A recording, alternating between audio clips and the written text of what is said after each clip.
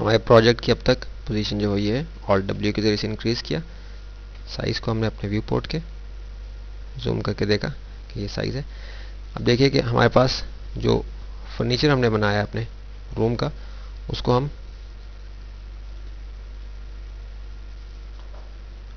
उसकी setting change कर सकते हैं। जिस तरीके से हम उसको रखना चाहें रख सकते हैं।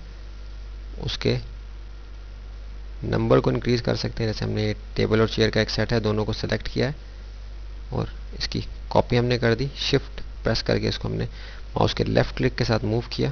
ओके, आप देखेंगे 2 टेबल्स और 2 चेयर्स हमारे पास आ गए। इन दोनों टेबल्स और दोनों चेयर्स को हम अपनी वॉल के साथ यहाँ रख सकते हैं और इस चेयर को हम रोटेट करके यहाँ प्लेस कर सकते हैं। तो ओवरऑल हमने अपने रूम की सेटिंग को इस तरीके से भी चेंज कर सकते हैं। लेकिन कुछ चीज़ें अभी हम यहाँ और डिफाइन करना चाहेंगे। जैसे मैं चाह रहा हूँ कि कुछ शेल्फ वगैरह इस रूम के अंदर बनाऊँ, तो उसको भी बनाने के लिए अभी हम आगे अगली वीडियो में देखेंगे किस तरीके से हमने बनाना है। लेकिन हम देख रहे हैं कि हम यहाँ से आसानी के साथ अपने इस फर्नीचर के नंबर को इंक्रीज़ करके ओवरऑल अपने रूम की सेटिंग कर सकते हैं। मज़ीद चीज़ें भी इसमें ऐड कर सकते हैं। लेकिन इस वक्त हम चाह रहे हैं कि हम इस फर्नीचर के अलावा भी कुछ चीज़ें मॉडल करें, ताकि ओवरऑल हमारे रूम का जो मॉडल है वो कंप्लीट एक रूम नज़र आए।